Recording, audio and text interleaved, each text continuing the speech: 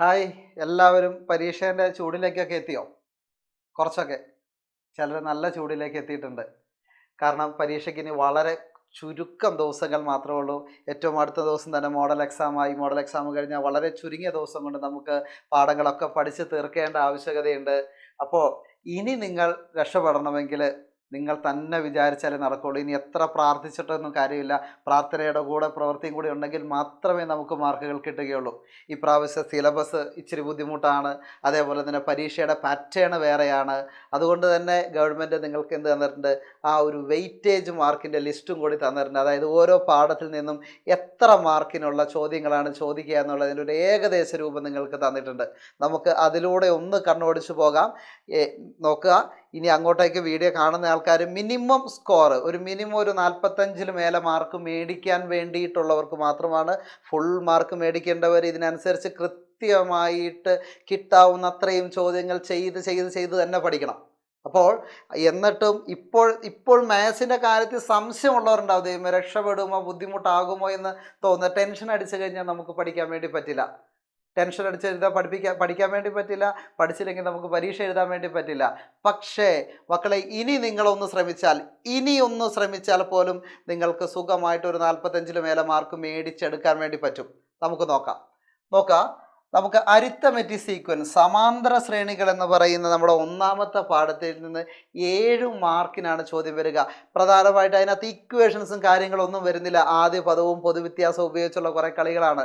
അതേപോലെ തുക കണ്ടുപിടിക്കാൻ ഇരട്ട സംഖ്യകൾ, അതായത് എണ്ണം ഇരട്ടയായിട്ട് വരുന്നത്, എണ്ണം ഒറ്റ സംഖ്യകളായിട്ട് വരുന്നത്, അതായത് പെയർ ചെയ്യുന്നതും മധ്യപദം കണ്ടുപിടിക്കുന്നതുമായിട്ടുള്ള ചോദ്യങ്ങളുണ്ട് അല്ലേ? മധ്യപദം ഉപയോഗിച്ച് നമ്മൾ തുക കണ്ടുപിടിക്കുന്നതായിട്ടുള്ള ചോദ്യങ്ങളുണ്ട്. അതേപോലെ പദമാണോ ടേമാണോ എന്ന് ചോദിക്കുന്ന ചോദ്യങ്ങളുണ്ട്. അതേപോലെ പൊസിഷനും ടേമും തന്നിട്ട് 5-ാം പദം 13, 13-ാം പദം 12 എന്നൊക്കെ പറയുന്ന ടൈപ്പ് ചോദ്യങ്ങളുണ്ട്. ഇങ്ങനത്തെ ചോദ്യങ്ങളൊക്കെ കൃത്യമായിട്ട് നോക്കിക്കഴിഞ്ഞാൽ മക്കളെ 7 മാർക്ക് ഇതിനകത്ത്, ഒരു 7 മാർക്കിനകത്ത് സുഖമായിട്ട് നിങ്ങൾക്ക് 5 മാർക്ക് ഇതിനകത്ത് സ്കോർ ചെയ്യാം. വളരെ എളുപ്പത്തിൽ 5 മാർക്ക് സ്കോർ ചെയ്യാം. അതേപോലെ മാത്തമാറ്റിക്സ് ഓഫ് ചാൻസ് സാധ്യതയുള്ള കിട്ടുന്ന ഏറ്റവും എളുപ്പമുള്ള പാഠമാണ്. അതിനകത്ത് ഇനി കുറച്ച് ഡെസിമലൊക്കെ വന്ന് നിങ്ങൾ ഇച്ചിരി കൺഫ്യൂഷൻ ആക്കിയെന്ന് വിചാരിക്കട്ടെ. ഇല്ലെങ്കിൽ ജോമെട്രിക്കൽ ചാൻസ്, ജാമിതീയ സാധ്യതകൾ എന്ന് പറഞ്ഞ് ഇച്ചിരി ബുദ്ധിമുട്ടാക്കിയെന്ന് വിചാരിക്കട്ടെ. ബാക്കി കാര്യങ്ങളൊക്കെ എളുപ്പമാണ്. ടോട്ടൽ ആകെയുള്ളത് നമ്മൾ വരയുടെ താഴെ എഴുതും. നമ്മൾ എടുക്കുന്ന കാര്യം മേളിൽ എഴുതും. ചൂസ് ചെയ്തത് നമ്മൾ മേളിൽ എഴുതും. ഓക്കെ, കറുത്ത പന്തുകളും വെളുത്ത പന്തുകളും മുത്തുകളൊക്കെ ആയിട്ട് വളരെ എളുപ്പമുള്ള ഒരു ചാപ്റ്ററാണ്. 5 മാർക്കിന് ഞാൻ 3 മാർക്ക് മാത്രമേ എടുക്കുന്നുള്ളൂ. 3 മാർക്ക്, പക്ഷെ 5 മേടിക്കാൻ പറ്റുമോ കേട്ടോ. ഇനി സ്റ്റാറ്റിറ്റിക്സിൽ 2 ചോദ്യങ്ങളായിരിക്കും സാധാരണ വരാൻ സാധ്യതയുള്ളത്.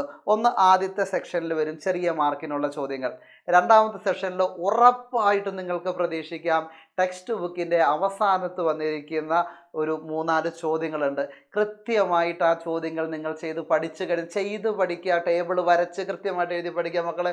ഉറപ്പായിട്ടും 4 മാർക്ക് കിട്ടും. ഓക്കെ, 6 കിട്ടും. പക്ഷേ ഞാൻ പറഞ്ഞല്ലോ, ഉറപ്പായിട്ട് എത്ര പഠിക്കാത്തവനാണെങ്കിലും ഒന്ന് ട്രൈ ചെയ്ത് കഴിഞ്ഞാൽ ഈ 4 മാർക്ക് നിങ്ങൾക്ക് മേടിച്ചെടുക്കാൻ പറ്റും. അടുത്ത പാഠവും അതേപോലത്തെ ഒരു പാഠമാണ് കോർഡിനേറ്റ്സ്, അല്ലെങ്കിൽ സൂചക സംഖ്യ എന്ന് പറയുന്നത്. എക്സും വൈയും ആക്സിസുകൾ, അക്ഷങ്ങൾ വരച്ച് ബിന്ദുക്കൾ അടയാളപ്പെടുത്താൻ അറിഞ്ഞാൽ, അതേപോലെ ബിന്ദുക്കൾ തമ്മിലുള്ള പോയിന്റുകൾ തമ്മിലുള്ള അകലം കണ്ടുപിടിക്കാൻ, ഡിസ്റ്റൻസ് കണ്ടുപിടിക്കാൻ വേണ്ടിയിട്ട് ഡിസ്റ്റൻസ് ഫോർമുല നിങ്ങൾക്കറിയാം. √(x1 - x2) + y1 - y2) എന്ന് പറയുന്ന ഇക്വേഷൻ കൃത്യമായിട്ട് അറിയാമെങ്കിൽ നിങ്ങൾക്ക് സുഖമായിട്ട് മക്കളെ ഇതിനകത്തുള്ള 5 മാർക്കിൽ 5 മാർക്കും നിങ്ങൾക്ക് ഈ പാഠത്തിൽ നിന്ന് മേടിച്ചെടുക്കാൻ പറ്റും. 5 മാർക്കും ഉറപ്പായിട്ട് മേടിക്കാൻ പറ്റുന്ന ഒരു പാഠമാണ് കോർഡിനേറ്റ്സ് എന്ന് പറയുന്നത്. ദെൻ അതിൻ്റെ നേരെ ബാക്കിയാണ് ജോമെട്രി ആൻഡ് ആൾജിബ്ര, ജ്യാമിതിയും ബീജഗണിതവും. ജോമെട്രി ആൻഡ് ആൾജിബ്രയിൽ നിങ്ങൾ ഒന്ന് ഓർത്ത് വയ്ക്കുക, ചെരിവിൻ്റെ ഇക്വേഷൻ, സ്ലോപ്പിൻ്റെ ഇക്വേഷൻ, വരയുടെ സമവാക്യം, equation of a line, equation of a circle, വൃത്തത്തിൻ്റെ സമവാക്യം. ഇങ്ങനത്തെ 2-3 കാര്യങ്ങൾ നിങ്ങൾ പഠിച്ചു വെച്ച് കഴിഞ്ഞാൽ 8 മാർക്കൊന്നും ഞാൻ പറയുന്നില്ല, ഇതിൽ നിന്നൊരു 4 മാർക്ക് നിങ്ങൾക്ക് കണ്ണും അടച്ചു മേടിച്ചെടുക്കാൻ വേണ്ടി പറ്റും. ഓക്കെ, നിങ്ങൾ എന്ത് ചെയ്യണമെന്ന് വെച്ച് കഴിഞ്ഞാൽ, നിങ്ങൾ ചോദ്യങ്ങൾ സ്കിപ്പ് ചെയ്യരുത്. നിങ്ങൾ കൃത്യമായിട്ട് അറിയുന്നത്രയും സ്റ്റെപ്പുകൾ കൃത്യമായിട്ട് എഴുതി വെക്കണം. സ്റ്റെപ്പുകൾ നിർബന്ധമായിട്ട് എഴുതണം. മാത്സിൻ്റെ പേപ്പർ നിറഞ്ഞിരിക്കണം. വെറുതെ വിട്ട് കളയരുത്. ചോദ്യത്തിന് നമ്പർ ഇടണം. നമ്പർ ഇട്ട ശേഷം അറിയുന്ന കാര്യങ്ങൾ കൃത്യമായിട്ട് അതിലേക്ക് എന്ത് ചെയ്യുക, എഴുതി വയ്ക്കുക. Then arithmetic sequence and algebra, സമാന്തര ശ്രേണികളുടെ ബാക്കിയാണ് സമാന്തര ശ്രേണിയും ബീജഗണിതവും. ഇതിനകത്ത് കുറച്ച് equations, nth term, sum of n terms, n പദങ്ങളുടെ തുക, n-ആം പദം എന്ന് പറയുന്ന കുറച്ച് സാധനങ്ങളൊക്കെ വരുന്നുണ്ട് അല്ലേ, dn + f - d എന്നൊക്കെ പറയുന്ന സാധനങ്ങൾ.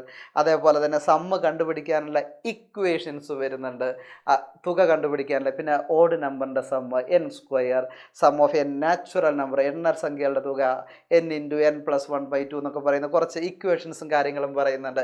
ആ ഇക്വേഷൻസ് ഒക്കെ ഒന്ന് ബൈ ഹാർട്ട് ചെയ്യാനും കുറച്ചൊക്കെ ചോദ്യങ്ങൾ ചെയ്യാൻ, ആ ഇക്വേഷൻസ് നമ്പറുകൾ കൊടുത്ത് ചെയ്യാനും മാത്രം പഠിച്ചു കഴിഞ്ഞാൽ ഇതിനകത്ത് 8 മാർക്കിൽ ഒരു 4 മാർക്കൊക്കെ എളുപ്പമായിട്ട് സ്കോർ ചെയ്യാം. 4 മാർക്ക്, അതായത് ഈ 4 മാർക്ക് എന്ന് പറഞ്ഞാൽ സബ് ക്വസ്റ്റ്യൻ്റെ ആദ്യത്തെ 1-2 സബ് ക്വസ്റ്റ്യൻ അറ്റൻഡ് ചെയ്യുന്ന കാര്യമാണ് പറഞ്ഞത്.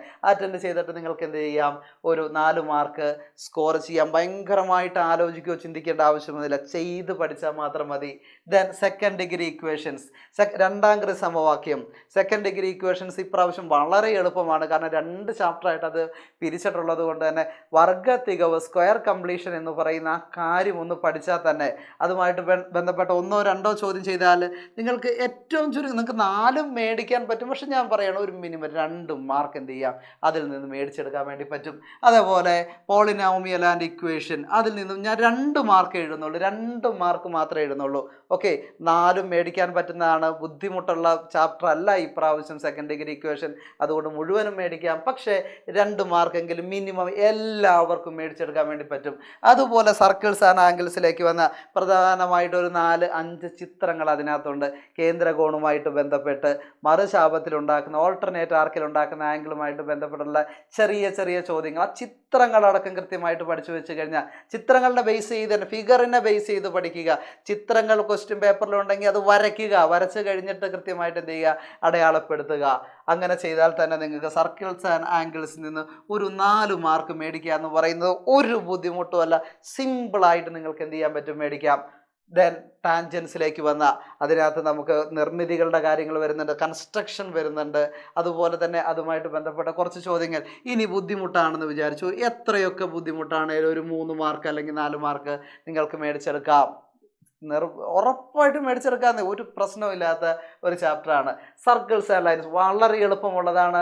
നിർമ്മിതികളെങ്ങാൻ വന്നു കഴിഞ്ഞാൽ ഉറപ്പായിട്ടും നമുക്കിതിനകത്ത് 5 മാർക്ക് മേടിക്കാം. പക്ഷേ ഞാൻ 1 മാർക്ക് അങ്ങോട്ട് കുറയ്ക്കുകയാണ്.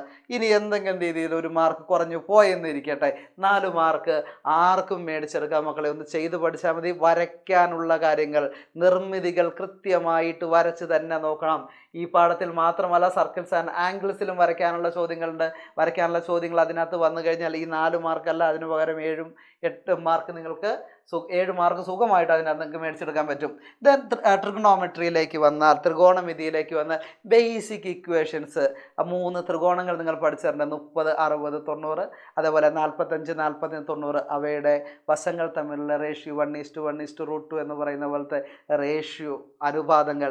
അതുപോലെ തന്നെ പാരലലോഗ്രാമിൻ്റെ സാമാന്തരികത്തിൻ്റെ പരപ്പളവ് കണ്ടുപിടിക്കാൻ ബേസ് ഇൻറ്റു ഹൈറ്റ് എന്ന് പറയുന്ന കാര്യങ്ങൾ, ട്രയാങ്കിളിൻ്റെ എന്താണ് പരപ്പളവ് കണ്ടുപിടിക്കാനുള്ള, ഏരിയ കണ്ടുപിടിക്കാനുള്ള ഇക്വേഷൻ.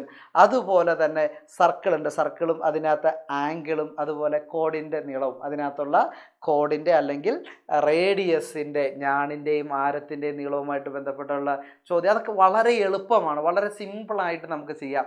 അതേപോലെ സൈന്, കോസ്, ടാൻ എന്നുള്ള കാര്യങ്ങൾ, ബേസിക് നോളേജും ഡിസ്റ്റൻസ്, അകലം കണ്ടുപിടിക്കാൻ, മേൽക്കോണ്, കീഴ്ക്കോണ്, അകലം കണ്ടുപിടിക്കാനുള്ള ഏറ്റവും സിമ്പിളായിട്ടുള്ള ചോദ്യങ്ങളും പഠിച്ചു കഴിഞ്ഞാൽ ഉറപ്പായിട്ടും ഒരു 5 മാർക്ക് ഇതിൽ നിന്ന് മേടിക്കാം, ഒരു ബുദ്ധിമുട്ടുമില്ല.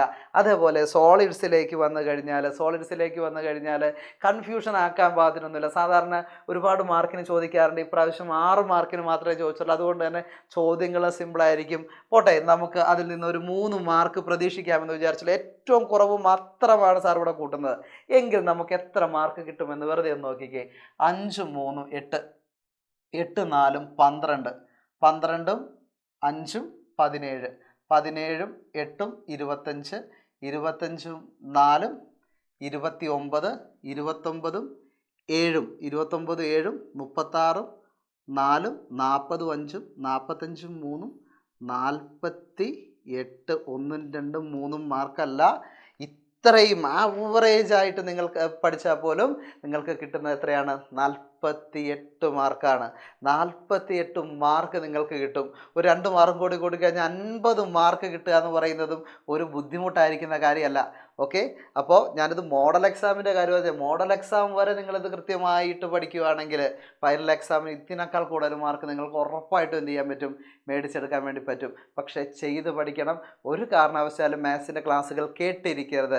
അതിപ്പോൾ ലീഡ്സിൻ്റെ ക്ലാസ്സുകളാണെങ്കിലും മറ്റ് ഏത് ചാനലുകളുടെ ക്ലാസ്സുകളാണെങ്കിലും കേട്ടിരിക്കരുത്. മാത്സ് ചെയ്ത് തന്നെ പഠിക്കണം. ചെയ്ത് തന്നെ പഠിച്ചു കഴിഞ്ഞാൽ നിശ്ചയമായിട്ട് നിങ്ങൾക്ക് മാർക്കുകൾ കിട്ടും. അപ്പോൾ കോൺഫിഡൻസോട് തന്നെ ഇരിക്കുക. മാത്സ് പഠിച്ചില്ല എന്നോർത്ത് കോൺഫിഡൻസ് ഇല്ലാണ്ട് പോകരുത്.